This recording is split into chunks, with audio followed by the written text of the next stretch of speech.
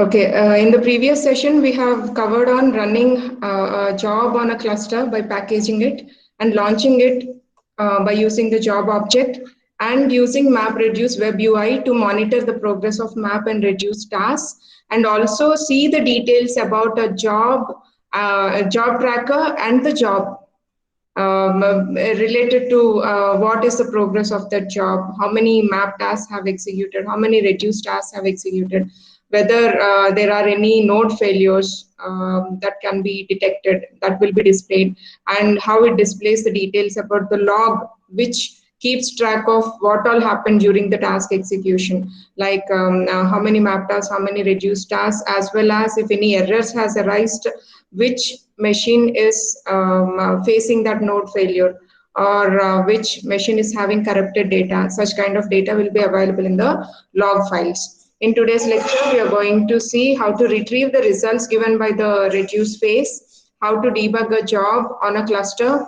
how to understand the details that are logged by using Hadoop logs, various kinds of Hadoop logs. It is not that a single log file will be available. Hadoop logs will create different kinds of log files that is targeted for different types of users. Okay, admin may be used in one kind of information, client may be used in a different set of information. Based on the intended audience, based on the targeted audience, this Hadoop logs can be this Hadoop logs are created to give them the related information. And finally, how to perform remote debugging. You know that we deploy the MapReduce job onto a cluster in the same data center or in a different data center.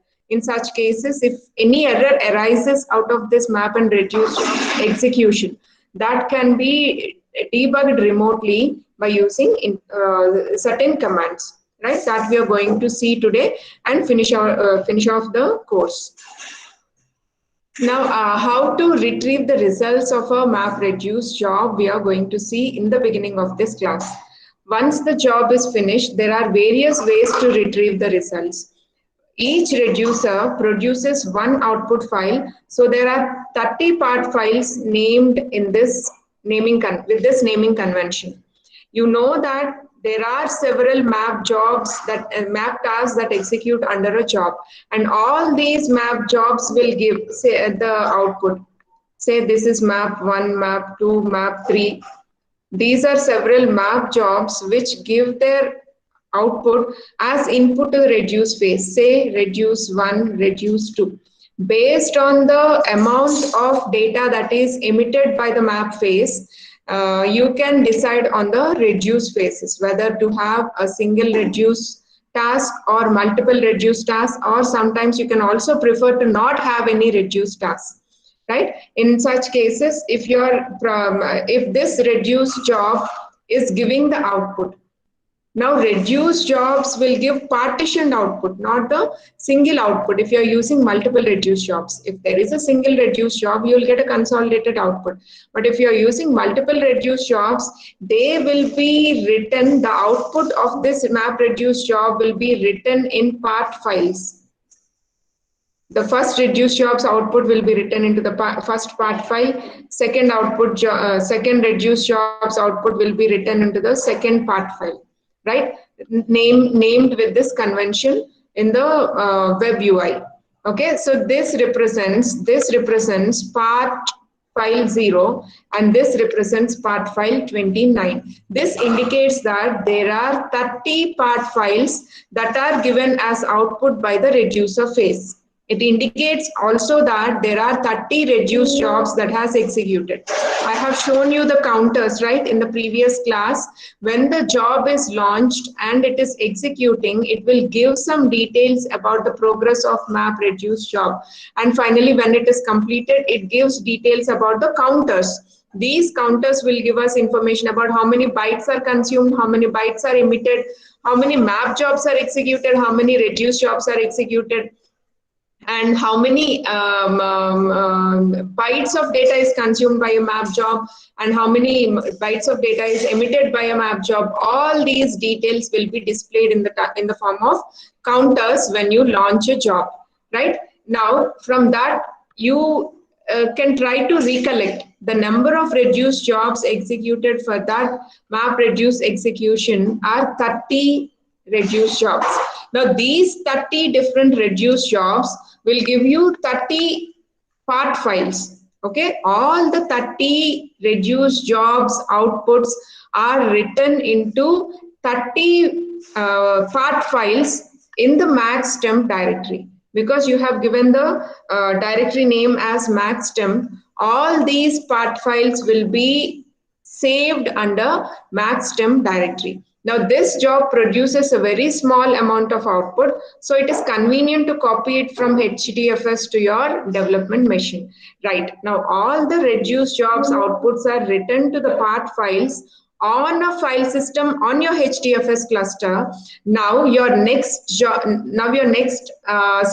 is to put all of those part files results into one single file on your development machine or on your local machine. Got it what I'm talking about? All the map reduces outputs written into part files onto a file system in HDFS cluster. Now the next step is to put all those part files into a single result file. That can be written onto your local machine or onto your development machine, right? That file will give you your final output. Now the get merge option, there is an option called as -get merge. To the Hadoop FS command, we can use this get merge option for the Hadoop FS command, as it gets all the files in the directory specified in the source pattern and merges them into a single file on the local file system, right? If you want output of your processing task after a map reduce job is executed, you can't simply view the result in different part files. You want all the results to be put into a single file, right? Now that can be done by using this get merge option. This get merge option merges all the part files into a single file on your local file system. Now that can be done by executing this command. You are executing a Hadoop command on the file system by attempting to merge. Get merge tries to merge all the data under maxtemp directory, all the part files under maxtemp directory, which contains different reduce outputs, into a local file on your machine, on the client machine, into a local file onto your local file system with the name maxtemp local.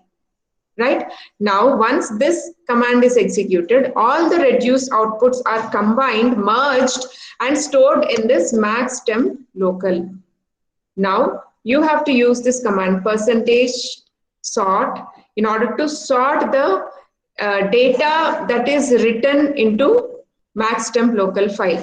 So sort the data in the maxtemp local file and get the last 10 records.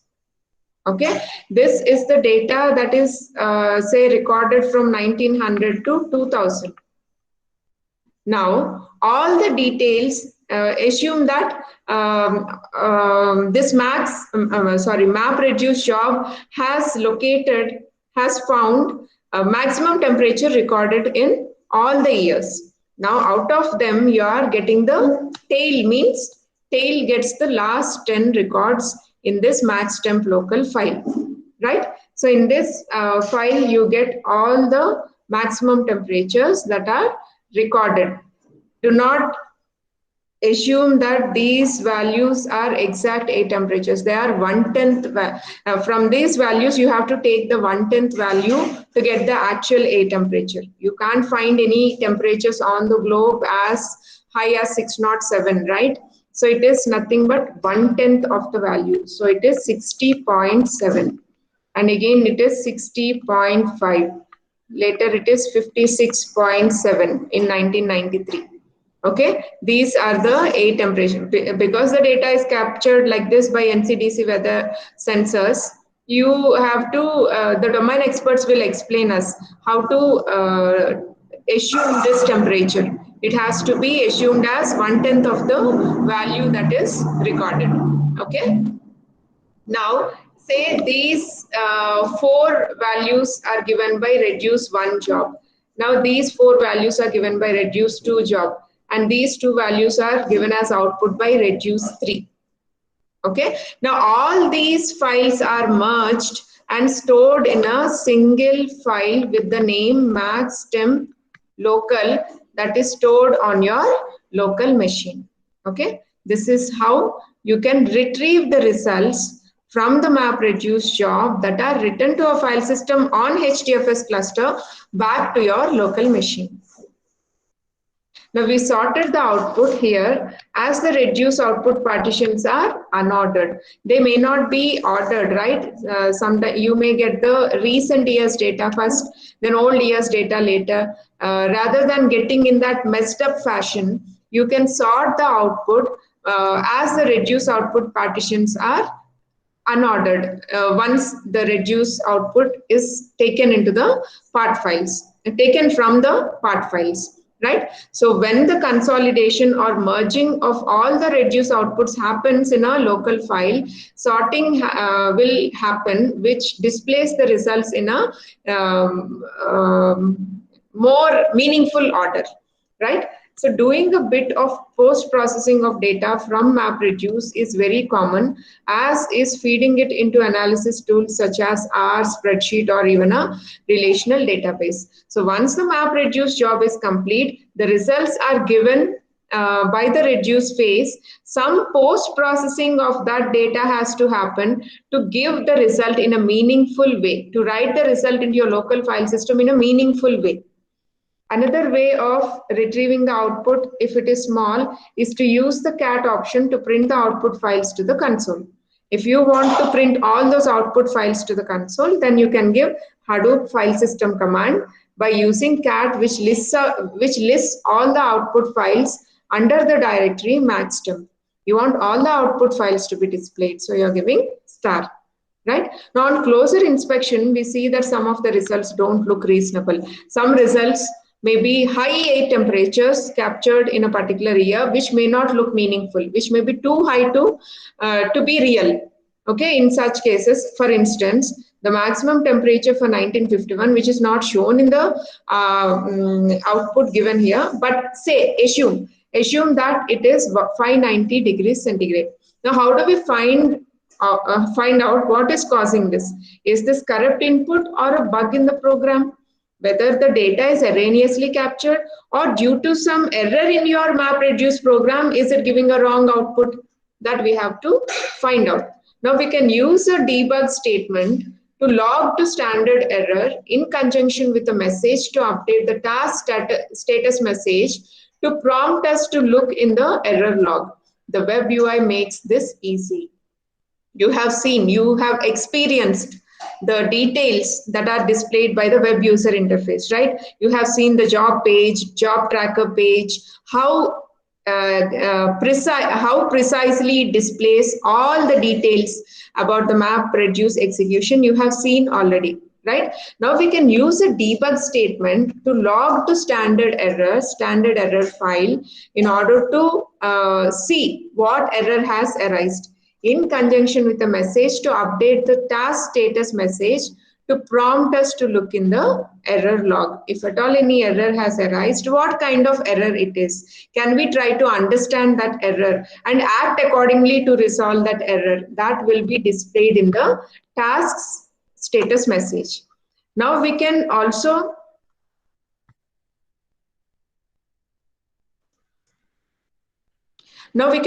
create a custom counter to count the total number of records with unreasonable temperatures in the old data set. Say if you want to count what are the number of erroneous A temperatures that are recorded. In such case, you can set up a custom counter. You can set up a custom counter to count the total number of records with unreasonable temperature, with erroneous temperature in the entire data set. Now, this gives us valuable information about how to deal with the condition, right? This tells us why such erroneous temperatures are being shown in the output and what has to be done in order to resolve that issue. That can be planned based on the information given by the task tracker page. Now we add our debugging to the mapper as opposed to the reducer, as we want to find out what source data causing the anomalous output looks like. Okay. So how to do that? By writing some Java code again. Now in this case, we are writing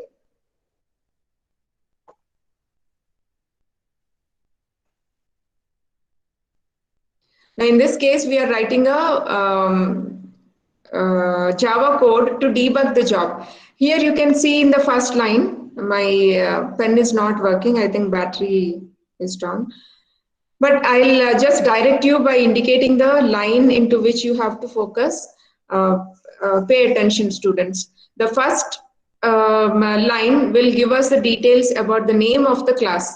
Here it is max temperature mapper class, which extends the superclass, which takes input as key value pairs, long writable and text, and gives key value pairs, text and int writable in the given template. Okay, you very well know what this means. Okay, this template means, because we have seen this in the previous classes. Now you can notice the second part that is highlighted in bold. It is enum temperature, which we are using to set up the counter. Enum, enumeration data type. Enum is a user defined data type which you can use to give some user defined elements. Right, in this case, for the temperature, you're giving a user defined variable over 100, and any value in the enumerated data type starts with 0. You remember, it starts with 0. So over 100 variable here, initially it is assigned a value of 0. Now, as you whenever you want to check the validity of an A temperature, and see whether it is an erroneous A temperature that is captured, then you can increment this over 100 variable in order to say that A temperature is not a valid A temperature. Now, finally, you can take a NCDC record parser, which creates a new instance of NCDC record parser, and by overriding the map function, you can make this map function take input as again key value pairs. Now the key is the file offset and the value is the raw data which contains the year and the A temperature captured in that year. And you also know the usage of this context parameter, right? This context parameter for the map function, focus your site to this map function. Map function takes in key value pair and it emits key value pair and it emits key value pair, which is packed into the context variable. That is why it is taking the context parameter also. Now, in the first line of this function parses the value. The value is the raw record which contains information about year and a temperature. That is parsed by using the parse method of the parser class. Then if parser is a valid temperature, you are creating a method to find whether it is a valid temperature or not.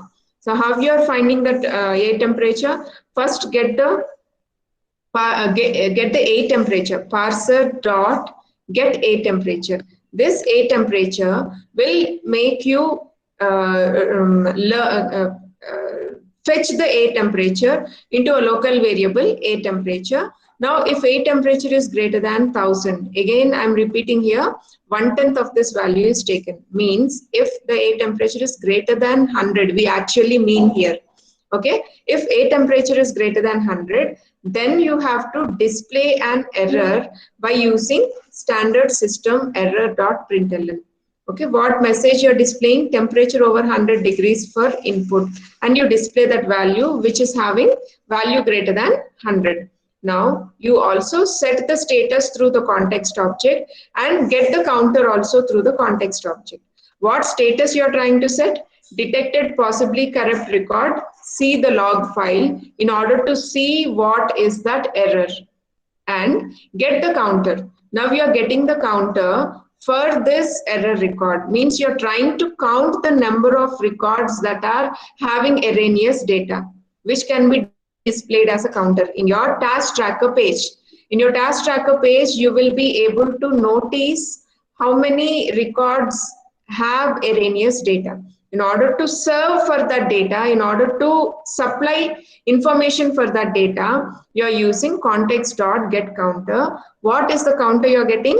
Temperature, enumerated data type, temperatures over 100 variable. That variable you are incrementing by 1 whenever extreme A temperatures are recorded. Extreme A temperatures are given in the observed in the output. Here, if the A temperature is greater than 100, immediately this counter will be battery.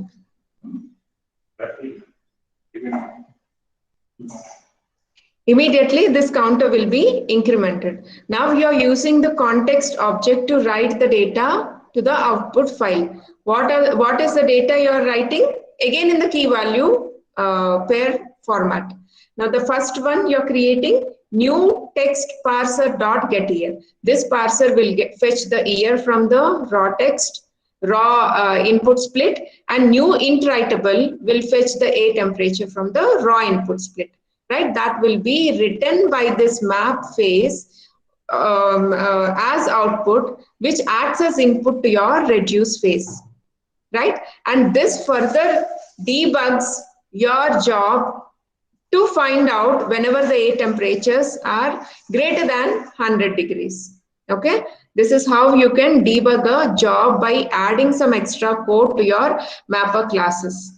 Now remember, you can't try to debug a job in the reduce phase because you need to locate the source of error that gives your max temperature. Back pocket. You need to find out whether the error that is associated with your input split is what is the source of your error in the input split. That is why you can't keep the debugging postponed to your reduce job. You have to keep it at the map phase itself. You have to debug the job at the map phase itself. That is why you are associating this entire code in your max temperature mapper phase. Now let us move on to understand about the tasks page. You know that job trackers will schedule the jobs and assign them to task trackers which actually execute the job. Now how to understand the details that are displayed on a tasks page. The job page has a number of links for viewing the task in a job in more detail. Right? If you want to understand about a job in more detail, then you can click on that appropriate link in the web user interface and understand about that task that is performed under a job. For example, by clicking on the map link, you are brought to a page that lists information for all the map tasks on one particular page. Now you can also see just the completed tasks.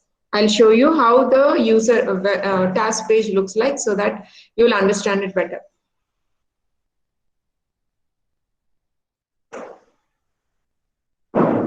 Now you can see this task page here, which displays the details about the task and how much of the task has been completed, when the task has started execution, when the task has finished its execution, along with the counters. Right now, you can. These are the details about all the completed tasks that are displayed in the tasks page. Initially, in the previous class, you have seen the job page and job tracker page. Now you are understanding how a tasks page looks like. Right? This task page will give the details about all the completed tasks, which gives us the task IDs, the status of their completion, the start time, end time, and the counters associated with them. You know what the information will be displayed by the counters, right? It displays about the number of map jobs, number of reduced jobs, bytes consumed by map and reduce phases, how many files input splits are taken by the map phase, how many output files are written by the reduce phase. All these details will be displayed by the counters. Now, this status column will display about the status of your task execution. If the task has initialized, if the task has started, then it will give the status as initialized. And if the task is executing, it will give us the details about which task is executing, on which input split the task is running. That information will be given. Now you can notice in the second task that an error has been displayed, detected possibly correct record. See the logs. Right? This is the result of debugging code that we have written for the job. Because of the debugging code that we added to the mapper class, if at all there is any corrupt record or erroneous record, then immediately that will be highlighted by a system error that is displayed through println. Okay, and it is also recorded into your log file. And you can also notice that here the counter has increased to 11. Why it has increased to 11? It also added details about one erroneous record, one corrupt record to the log file. It added an extra information about the corrupt record to your log file. That is why that extra information attributes to this counter's value incremented to 11. Right? Now from the task page, you can click on any task to get more information about it. So when you click on this blue links, which gives us the task ID, it opens the task details page. Now in this task details page, you will get all the task attempts. What do you mean by task attempts? Remember, a task has to be assigned to a data node to perform the task. Now, if at all that data node is not free, it is very busy with executing the map and reduce jobs. In such cases, it has to be rescheduled to another data node. So it is making the second task attempt. Then if that is also not free, it is making the third task attempt to assign the task to another data node, right? So that task attempts are given here. The task attempts made by the job tracker to assign the job, to assign the task to a data node is given in the first column, and to which machine this task is assigned, on which machine this task is running. That machine's address is also given in the next column, and what is the status of this task, whether it is succeeded or failed or pending. That details will be given in the status column, and the progress will be eventually reported on this web page in the progress column. 25% of the task completed, 50% of the task completed, or 100% of the task completed. That details will be given. And the start time of the task, finish time of the task, if there are any errors, that error details will be given, and the task logs, all the details about the task, what task is assigned to which machine, and whether any error has arisen, either with the machine or with the data. All that details will be recorded in the task logs, and the counter information is given in the last column. You can also see the input split locations. These input split locations will tell us on which data, to which data node an input split is assigned to perform the map job. Okay, and you can see the backlinks here. You can see go back to the job. You can directly go to the job which is an first level information about a MapReduce job, and you can also go back to the job tracker page by clicking on the second link. Now let us see what kinds of Hadoop logs are available which meet requirements of various kinds of audience. Now there are log files which are called as system daemon logs, which in which the system administrators are interested in. Okay, these system daemon logs will give us details about the daemons that are running on HDFS cluster. Right, these details are targeted for the administrator. Now each Hadoop daemon produces a log file and another file that combines standard out and error, written in the directory defined by the Hadoop log dir environment variable. So if you want to find this log files, it will be written under the directory Hadoop _log _dir, where you can locate this system daemon logs. So if administrator wants to know the details about system daemons, namely name node, primary name node, secondary name node, data nodes, job tracker, and task tracker, any details related to these system daemons will be available under Hadoop log directory. Now, another kind of log details are recorded by HDFS audit logs, which are also viewed by administrators. And this is a log of all the HDFS requests turned off by default. So if you want to, these are nominal, right? This is not very important information. What records are made by HDFS, the details are not very, very important to debug your MapReduce jobs or to monitor your MapReduce jobs. So generally by default, they will be turned off. But if you want to get those audit logs for HDFS, you can turn it on explicitly. Now, written to the name nodes, this HDFS audit logs are written to the name nodes log, although this is configurable. They're always written to name node logs, but you can still configure it so that it can be written onto a client machine also.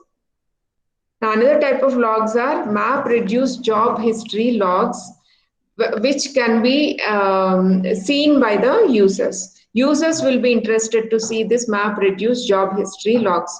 Now, this contains details of events, a log of the events such as task completion that occur in the course of running a job will be recorded in this kind of logs. It is saved centrally on the job tracker and in the jobs output directory in a logs history subdirectory. So if you want to locate this MapReduce job history logs, that will be available under the jobs output directory. And under the jobs output directory, you have a logs /history subdirectory. Under that subdirectory, you can locate this job history logs of MapReduce. Another kind of log files are MapReduce task logs. You have the job history logs and task logs maintained separately in order to not have any confusion between the jobs errors that are arised and the task errors that are arised. These also are viewed by the users, and each task tracker child process produces a system log, a file for data sent to standard output, and a file for standard error written in the user log subdirectory. Now, if you take under the say jobs output directory, under jobs output directory, if you want all the job history, it is found in logs history subdirectory, and if you want all the tasks logs, they are found in user logs subdirectory of the directory that is defined by the Hadoop log directory environment variable. All these are available under Hadoop log directory environment variable. Now, if you want to perform remote debugging, how to do that? When a task fails and there is not enough information logged to diagnose the error, you may want to resort to running a debugger for that task. Okay, so whenever a task fails, whenever a task doesn't complete its execution, and there is not enough information that is available in the log files to understand what is the error, then you can take the help of you can take the help of debugging it. You can resort to running a debugger for that particular task. There is no other way, right? If a task fails and no information about the task is available, what can you do? What is the alternative? You have to run a debugger for that task. Okay, this is hard to arrange when running the job on a cluster. You know that on a cluster, map reduce jobs will be executed on multiple machines. So to run a debugger, first of all, to locate where the error has arisen, which machine, the task running on which machine raised that error. First of all, you have to locate that and run the debugger in order to find out what is the source of that error that has arisen. So it is hard to arrange when running job on a cluster on multiple machines, as you don't know which node is going to process which part of the input. So you can't set up your debugger ahead of the failure, right? Up to some extent, you can debug your code at a local machine and transport it onto a cluster. Now, if any further errors arise, that can be resolved only after the failure, but not before it, because you doesn't know which data node executes which input split, right? So often the failing task fails consistently on a particular output. Correct? If at all a task is failing, it continuously fails on a particular output itself. So you can try to reproduce the problem locally by downloading the file that the task is failing on and running the job locally, possibly using a debugger such as Java's Visual Virtual Machine. Okay, so you can take the help of Java's Visual Virtual Machine IDE in order to debug by bringing it into your local system. You have to reproduce the problem locally by downloading the file that the task is failing on. Which file is responsible for the task failure? You have to download it onto your local system and then run the job locally and find out what is the error. Debug the error. Now, what are the JVM debugging options that are available for this in order to debug the errors that resulted in task failures? A common cause of failure is a Java out-of-memory error in the task JVM. So you can set map reduce child Java options to include heap dump on out of memory error. Say if an error has arisen due to say availability of some lack of availability of some memory. In such cases, you can execute this heap dump on out of memory error, which dumps whatever is available on this path onto heap dump path. Means you are trying to locate a file which is raising the error, and that file you are trying to dump it onto your local system and start debugging it.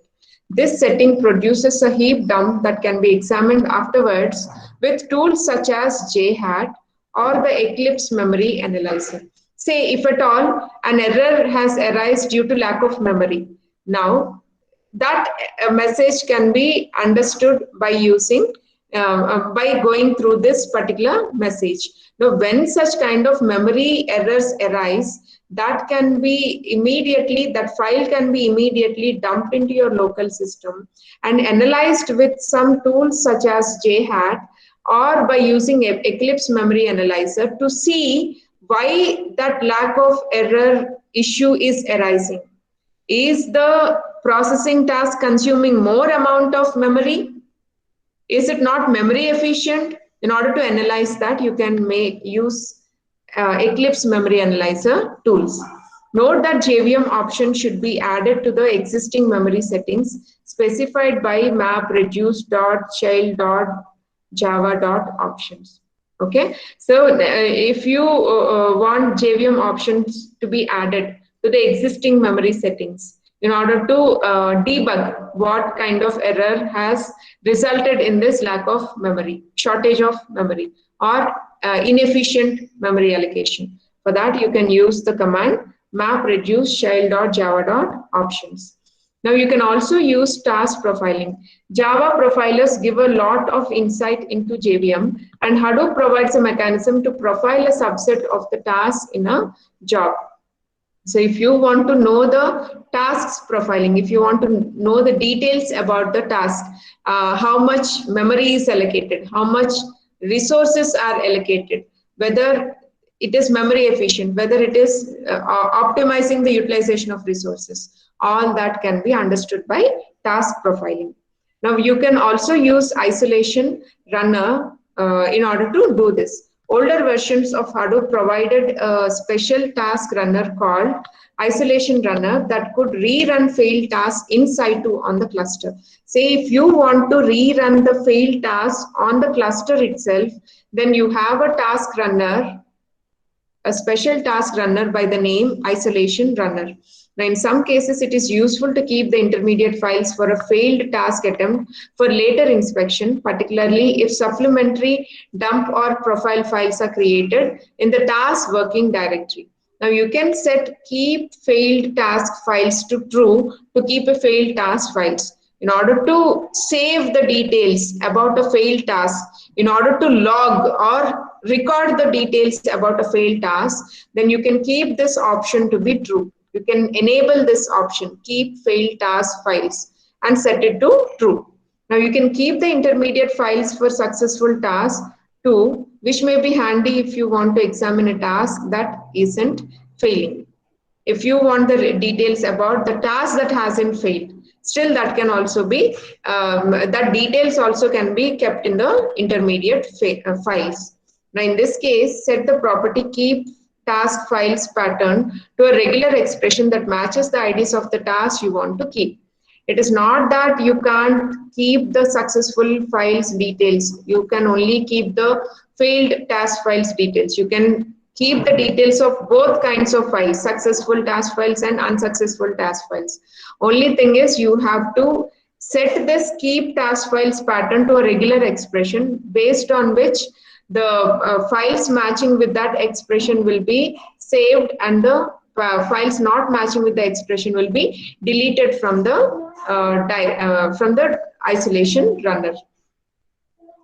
Now to examine the intermediate files, log into the node that the task failed on and look for the directory for the task items that we have seen, right?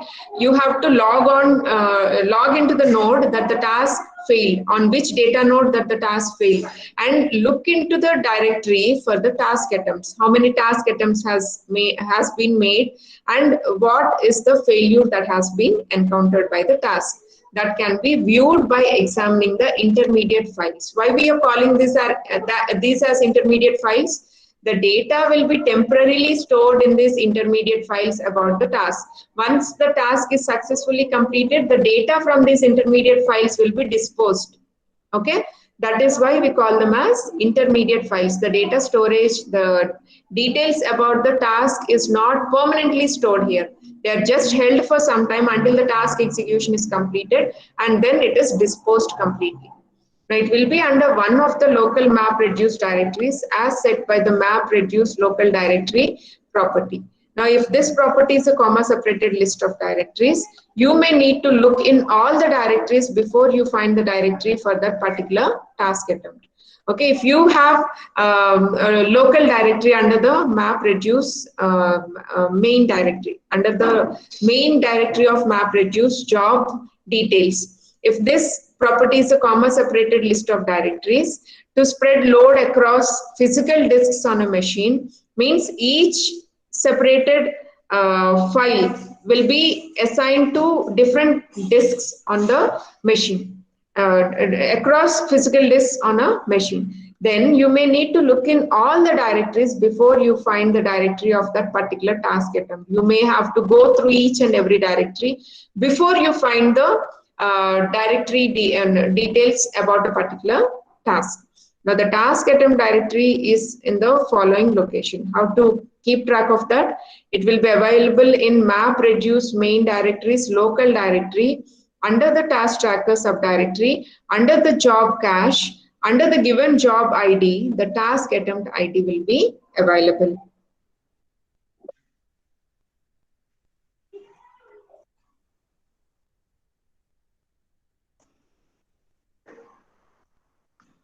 Now let us paraphrase what all we have covered in this chapter before concluding this lecture. So we have seen in this chapter what is MapReduce, and we tried to execute a MapReduce job to process the weather data set provided by NCDC. Right? It is a very voluminous data set which has 8 temperatures captured at various weather stations by deploying sensors at those weather stations, and these details are captured over 100 years, right? Such voluminous amount of data can be processed by writing the MapReduce jobs, by writing the MapReduce functions and packing them into a MapReduce job. So how to analyze the data using Unix tools?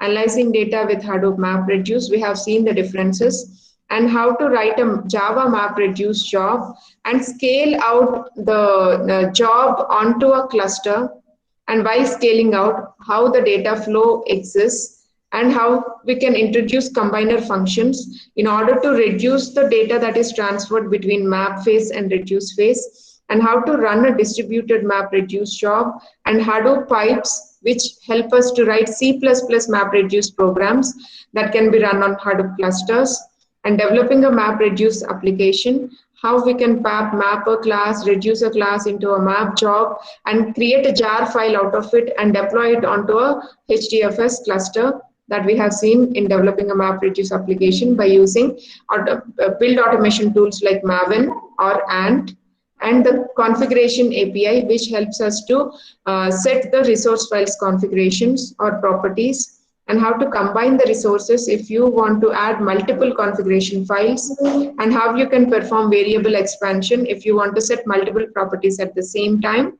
and setting up the development environment for executing the MapReduce jobs, and how to use generic options parser in order to pass the configuration file properties from the command line and override the system properties, and how to write a unit test by using MRUnit, which can be used in association with JUnit, that is Java unit, and how to run locally on your test data on your local machine before deploying it onto a HDFS cluster. And for this, how to use the test drivers and run it on a cluster at a larger scale, and how to launch a job and monitor the job's progress through a MapReduce web user interface, and how to retrieve the results of MapReduce jobs from the file systems, which has part files given by the reduce phase that has to be consolidated into a single file on your local machine, and finally how to debug a job remotely. Right, these are all the topics we have covered in this chapter, and this is how we conclude our course. I think from tomorrow you have lab exams, right? And after that, internal exams. I hope every one of you received the material, lecture notes for module 3, 4, and 5. Right? That will be a very good reference for you to prepare for these modules.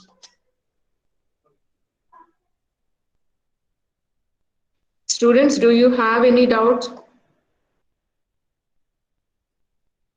If time permits, I'll try to conduct 2 or 3 revision classes in which you can try to clarify the doubts you get whenever you're going through the lecture notes, right? Okay, now I'll stop the recording and take attendance.